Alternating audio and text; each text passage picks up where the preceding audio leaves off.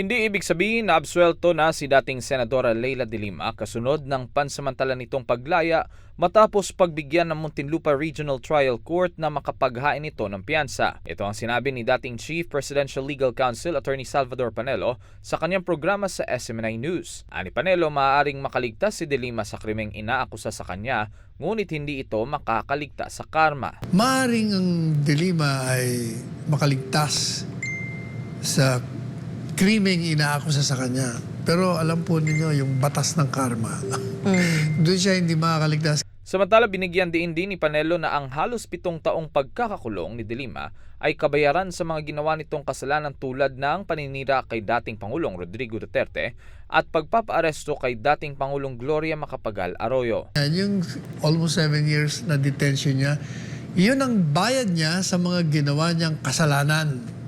Number 1. Yung paninira niya kay Presidente Duterte, tatandaan mo nung siya commissioner ng human rights, na pumunta pa siya sa Davao, tapos kung ano pa mga hinukay nila doon, may mga kalansay daw, kalansay yata ng aso yun. Sinasabi niya, mga pinatay ni dating Pangulong Duterte bilang alkalde. Yung nung siya ay Secretary of Justice, ganun din.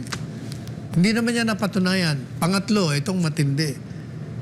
Hindi ba may Supreme Court na order na magpakialaman itong si dating Presidente Arroyo dahil pupunta siya magpapagamot. Medical leave. Abay, pina-arresto niya.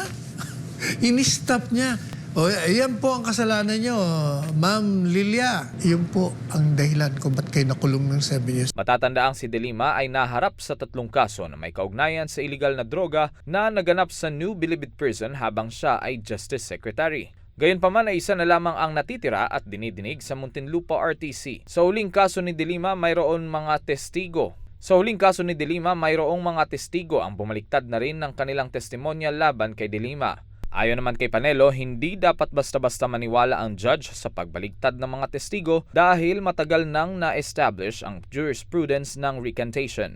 Pinagbabasehan niya kasi yung mga recantation. Matagal nang establish ang jurisprudence sa recantation. Hindi ka basta maniniwala sa pabaliktad ng mga testigo. Kasi kailangan, yung pong mga nagre-recant, you have to prove that in court why you falsely testified. Hindi naman naprubahan. Samantala, pinasaringan din ni Panelo ang pahayag ni Justice Secretary Remulla na ang desisyon ng Muntinlupa RTC sa kaso ni de Lima ay nagpapakita na may prosecutorial independence ang korte at gumagana ang demokrasya sa bansa. They're not free to decide.